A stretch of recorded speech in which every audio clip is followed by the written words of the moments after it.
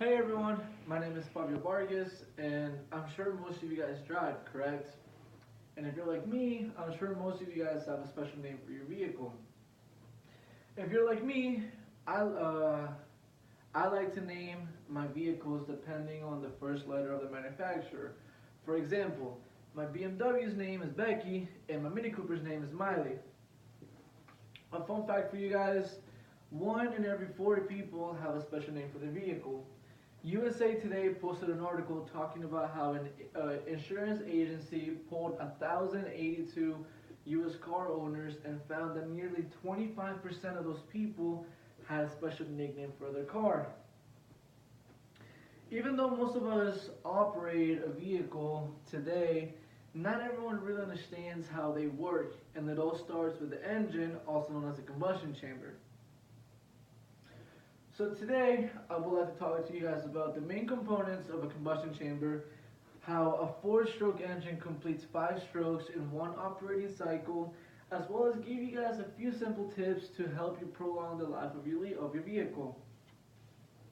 So, what makes up an engine? An engine has 22 main components, but to keep it nice and simple for you guys, I'm only going to be talking about the ones that contribute to the five strokes, which are the air intake, fuel injectors, intake valves, piston, spark plugs, as well as an exhaust manifold.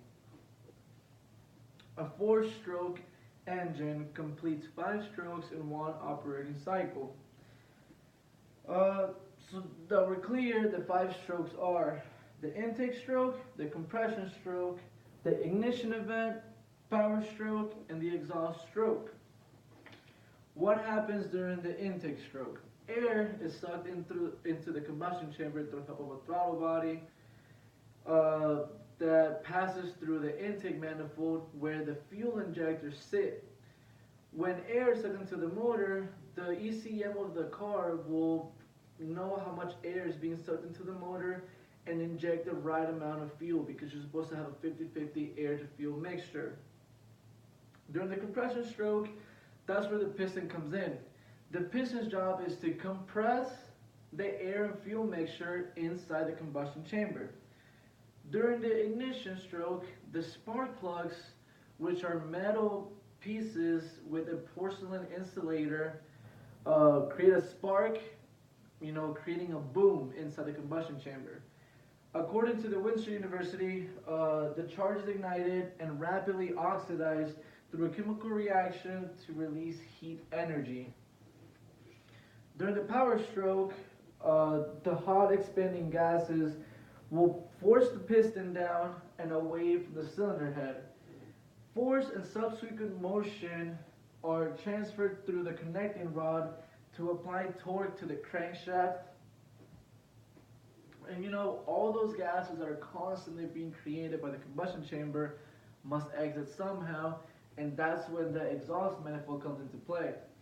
But an exhaust manifold has a few main components. After the exhaust manifold, you have what's called catalytic converters, which inside have a ceramic monolith that help break down those gases into a much purer form so that we don't really, hurt the environment. After the catalytic converters, we have what are called resonators. Resonators help baffle the noise and the gases from the motor. And after that, we have a muffler. A muffler consists of small chambers that help those vibrations from the motor that come from the motor. It makes those vibrations bounce around to quiet down the noise. That's why most cars today, you can't really hear them.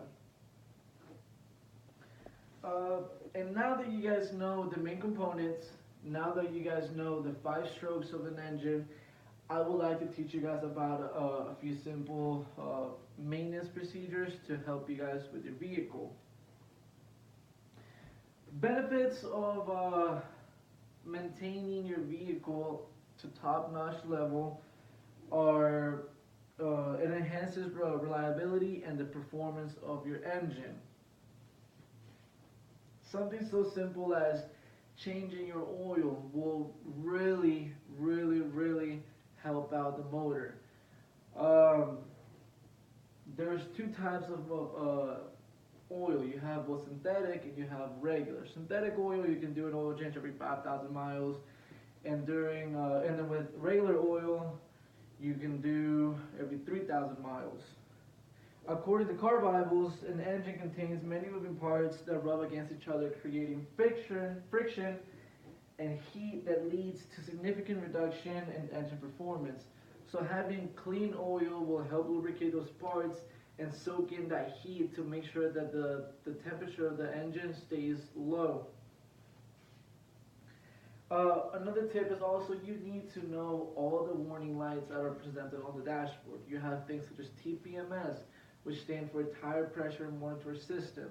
You have the ABS light, which is the anti-lock brake system. You have the check engine light, which that one's a hard one because that can be so many things. It can throw a code for transmission. It can throw codes for something wrong with the motor, something wrong with the ECM, a whole bunch of stuff that you need a special scanner tool to really know what's wrong with the car. If you don't know what any of those lights are, it's always good to look back to your driver's manual.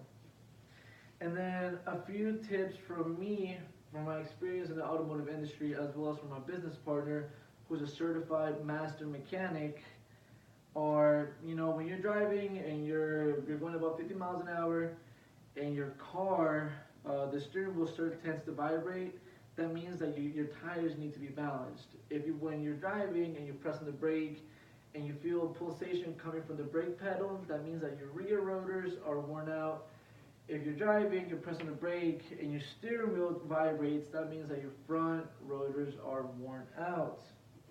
And that's pretty much it for today, guys. Thank you for your time, and I hope everyone takes into consideration what we talked about today. Always, keep your eyes on the road, both hands on the steering wheel, and be safe. Thank you.